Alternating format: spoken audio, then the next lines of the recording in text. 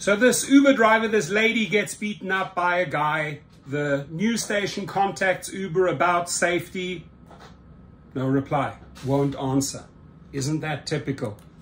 A frightening moment as an Uber driver gets yelled and screamed at, then pulled out of her car and beaten. I'm an Uber driver, and there's a man that got in my car, and I dropped him off in his name. Ooh,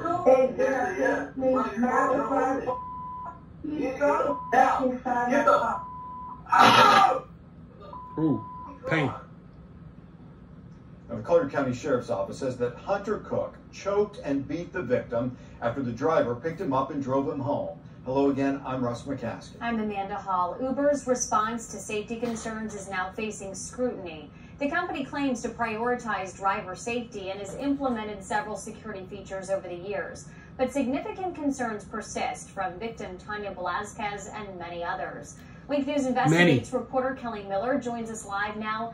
Kelly, what did Uber say about providing cameras and protective barriers to their drivers? Well, the company did not respond to those questions specifically, but a representative did send me a list of safety features that have been implemented over the past several years. You can also find that on the company website. Emergency assistance button, GPS tracking, and more. But think about it. Anyone can hop into an Uber as a passenger regardless of their criminal background. Plus, there's no physical barrier separating the driver from the passenger. And in many cases, there aren't any cameras. So I talked about all of this and more with a former Uber driver herself.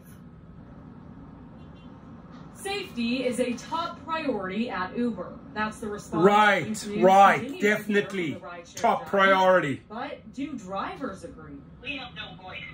The drivers have no voice with Uber whatsoever. Following Wink News' coverage Wednesday of the man arrested for beating and carjacking an Uber driver in Collier County, Kim Haber reached out to us.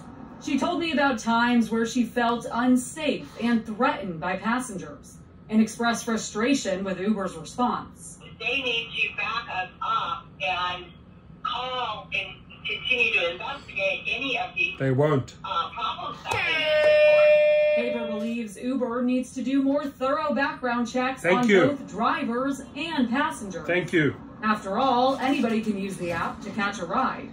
We also discussed the idea of cameras found in most taxis. But Haber doesn't think Uber would be willing to invest in those. You need to buy it. Don't wait for Uber. They don't even hand out the lighted signs anymore. If you want one, you have to buy one.